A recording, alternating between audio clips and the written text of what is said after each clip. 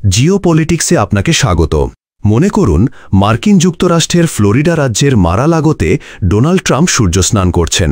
এমন সময় হঠাৎ একটি ড্রোন এসে ডোনাল্ড ট্রাম্পকে হত্যা করল।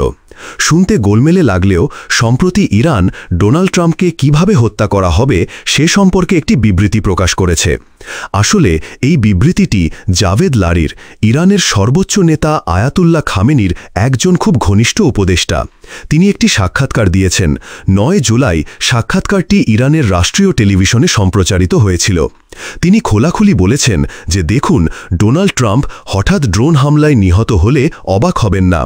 আর জায়গাটা মার্কিন যুক্তরাষ্ট্রের ফ্লোরিডা রাজ্যের ডোনাল্ড ট্রাম্পের একটি খুব বিখ্যাত রিসোর্ট মার-আ-লাগো হতে পারে।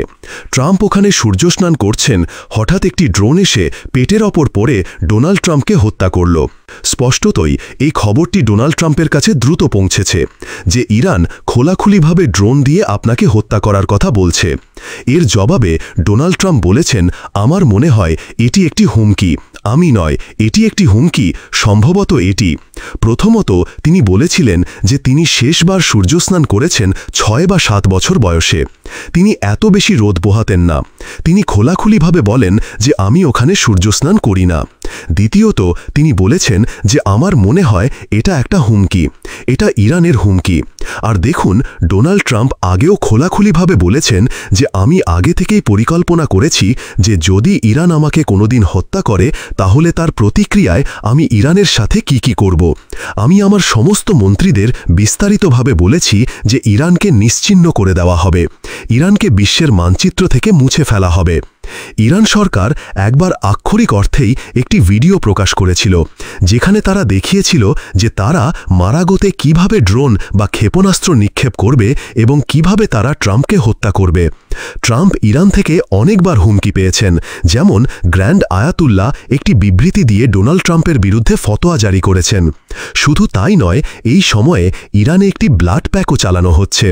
এটি একটি অনলাইন প্রচার যার মাধ্যমে ইরান থেকে অর্থ সংগ্রহ করা হচ্ছে। উদ্দেশ্য হল $100 মিলিয়ন সংগ্রহ করা, যাতে যে কেউ ট্রাম্পে হত্যা করবে সে এই অর্থ পাবে। যদি ট্রাম্পকে হত্যা করা হয় তাহলে কি হতে পারে?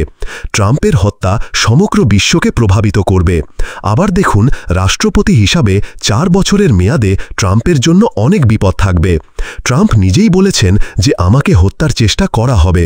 আমি খুব বড় টার্গেট, তাকে অনেকবার হত্যার চেষ্টা করা হয়েছে। একবার তিনি কয়েক সেন্টিমিটারের জন্য গুলির থেকে বেঁচে যান, না হলে তিনি মার্কিন যুক্তরাষ্ট্রের রাষ্ট্রপতি হতেন না। তাই নিশ্চিতভাবেই ট্রাম্পকে হত্যার চেষ্টা করা হবে। এটা খুবই বোকামি যে ইরানের প্রভাবশালী লোকেরা ক্রমাগত এমন বক্তব্য দিচ্ছে যে আমরা ট্রাম্পকে হত্যা করব, আমরা ট্রাম্পকে হত্যা করব।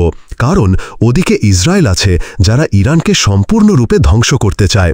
আবার ইরান যদি ডোনাল্ড ট্রাম্পকে হত্যার পরিকল্পনা করে সেটা আগুনে ঘি ঢালা হবে।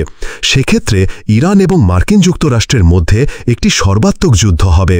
প্রশ্ন হল, ইরান এরকম বক্তব্য দেবার শক্তি পাচ্ছে কোথা থেকে? এর পেছনে কি ফ্যাক্টর কাজ করছে? ট্রাম্পের হত্যা আজকের সময়ে একটি খুব বড় সমস্যা। এটা চিরসত্য নয় যে ট্রাম্পকে হত্যা করা হলেই ইরানকে পৃথিবীর মানচিত্র থেকে নিশ্চিহ্ন করে দেওয়া হবে। এমনটা কখনোই নয়। অনেক সময় যদি এর মধ্যে এমন কিছু ঘটে যে একটি বড় আক্রমণ করা হয় কিন্তু ট্রাম্প প্রাণে বেঁচে যান, এটা সম্ভব যে তিনি সামান্য আঘাত পেয়েছেন কিংবা তিনি অল্পের জন্য মৃত্যুর হাত থেকে বেঁচে গেছেন। তখন ট্রাম্প ইরানের চূড়ান্ত আক্রমণ পরিচালনা করবেন। তবে এটা স্পষ্টভাবে দৃশ্যমান যে ইরান আজ অনেক আত্মবিশ্বাসী, কারণ চীন ও রাশিয়া উভয়ই ইরানকে আমেরিকার হাত থেকে বাঁচাবে। এই কারণেই এই লোকেরা এমন বক্তব্য দিচ্ছে যে ট্রাম্পকে মারাগোতে হত্যা করা হবে। এই ধরনের বক্তব্য দেওয়ার ফলে আজ না হলে আগামীকাল এই ঘটনার ভিত্তিতে পুরো বিশ্ব বদলে যাবে। এটি বিশ্বযুদ্ধের সূত্রপাত হতে পারে, কারণ রাশিয়া ও চীন ইরানের পতন হতে দেবে না এবং ইরান যেভাবে ট্রাম্পকে হত্যার কথা বলছে তা অবশ্যই এই অঞ্চলকে একটি বড় সংঘাতের দিকে নিয়ে যেতে পারে। আপনার মতে ঘটনা কোন দিকে মোড় নিতে পারে কমেন্ট বক্সে কমেন্ট করে জানাবেন।